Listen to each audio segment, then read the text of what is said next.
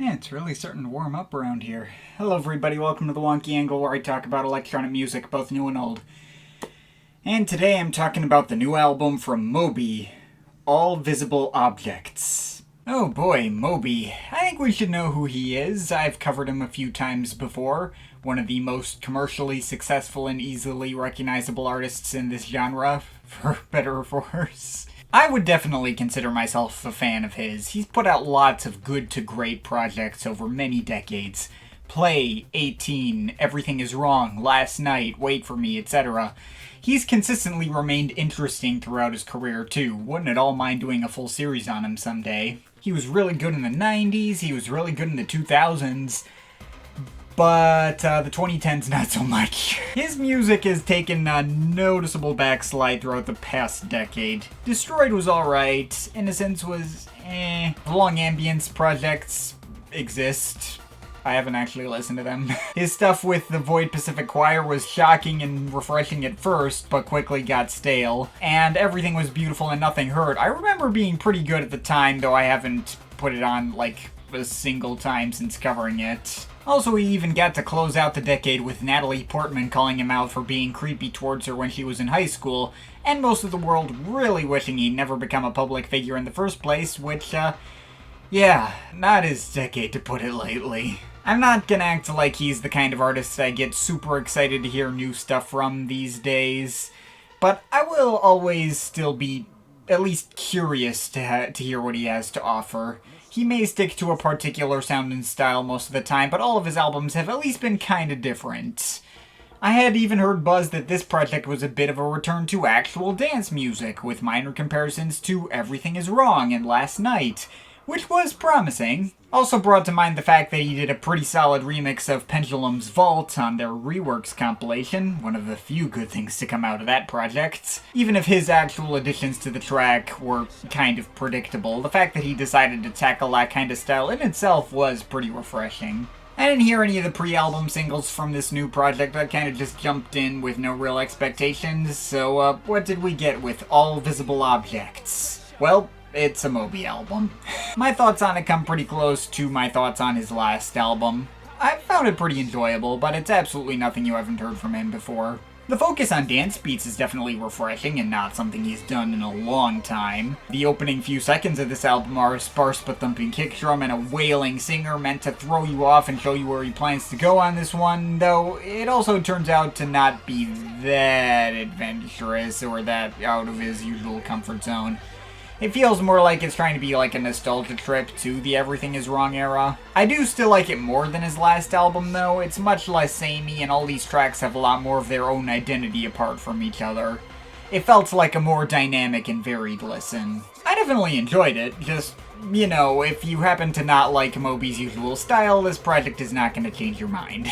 So, individual tracks. I already mentioned the opener Morningside, actually one of the lowest points on the project for me. It may be intended as a device to let you know, oh, he's not making the same album a second time in a row, but the actual song is kinda long-winded and repetitive. That wailing singer just keeps on making the exact same wail through the full 5.5 minutes without changing. Not to say the track has no progression at all. Moby does change up the deep house-like beats and bring in his usual dramatic chord pads halfway through, though it's not as interesting as its opening few seconds would have you believe, and maybe not the most indicative of openers. Well, okay, there are other tracks here, like Forever and Tecie, that have a similar blend, and probably both do it better.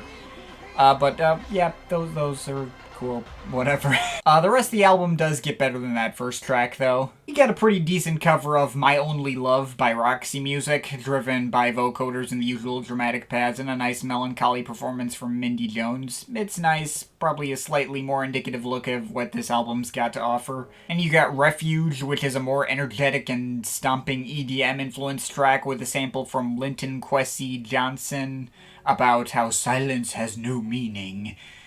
Oh yeah, this album technically has a political side too. It shows up here, and also much more obviously on the track Power Is Taken, which is basically Refuge on steroids. The instrumental is even more intense and energetic. It's got D.H. Peligro from Dead Kennedys yelling on it and calling out for revolution. It's pretty badass. That's probably the best track in the bunch.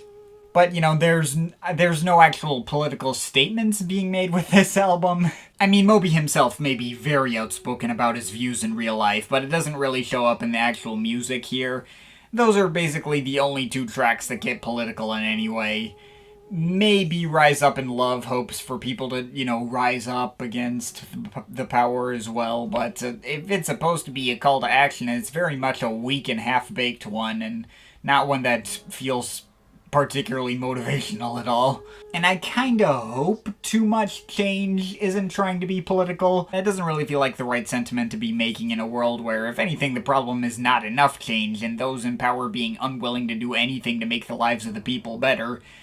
But if the lyrics are about, you know, feeling lost while the world keeps changing for the worse, which, given Moby once made a song called Are You Lost in the World Like Me about the exact same thing, I'm guessing is more accurately what he meant here, then yeah, that's fine. I can relate. There's barely any lyrics on this album anyway. It is not trying to be deep. But yeah, other tracks. Even if a lot of these tracks do try to take things down a notch and end up on the more subtle side, I do think it comes across effectively more often than not. One Last Time is a nice little trip-hop-ish track with the usually well-detailed and moody instrumentation. There's two tracks here that basically just focus on solo piano, specifically Separation and the title track. They're definitely a nice addition. A little more of a fan of the former, as it felt like it had a bit more movement, but the latter also did have a bit more heaviness. And I mentioned Too Much Change. Even if I had my lyrical misgivings, it's still one of the easy highlights on this album from an instrumental standpoint. Switching from lonely piano balladry with subtle jazz drumming underneath, to some breezy and expansive and more energetic parts that are gorgeous. This track may stretch on for almost 10 minutes, but it definitely made good use of that length. Oh yeah, that's another thing about this album. It's very long. There's only 11 tracks, but there's no track here shorter than 5 minutes, and only one shorter than 5.5. Too Much Change isn't even the only 9-minute track here. The title track is over 9 minutes as well. And you know, most of these tracks don't exactly have a ton of progression across their running time. Now, this was admittedly only a major problem for me on first listen to the project.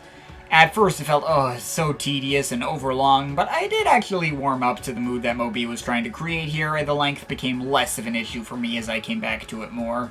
But yeah, project's definitely pretty long-winded across the board, and I can't imagine that's gonna be everyone's cup of tea. So yeah, that's about all I got on All Visible Objects. This album was pretty good for what it is. It was better than I went in expecting it to be, though I kinda doubt I'm gonna be coming back to it a lot over the course of the year. It's probably going to be the same deal as his last album, where my review is positive, but the replay value beyond the review is almost non-existent. I'll still keep it on my iPod. There are certainly lots of good moments all throughout its running time that I could see myself wanting to come back to if I happen to be in the mood for it. And if you want to buy the album, all the proceeds go towards various charities for animal rights and human rights, so yeah, that's cool too. But yeah, this project didn't exactly inspire a lot of enthusiasm out of me or feel particularly shocking or out of the box for Moby, but it was nice to have. Worth a shot for any fans of his. I think I'm overall feeling a 7.3 out of 10. But of course, this is just my opinion. You can feel free to disagree with it, but I'd like to hear your thoughts, so leave the comments in the comment thing down there. Shout out to my Patreon supporters. They're awesome people. You want to add yourself to that list or make me review something, link to my Patreon is in the description. But yeah, that's pretty much it. That's all for today. See you next time.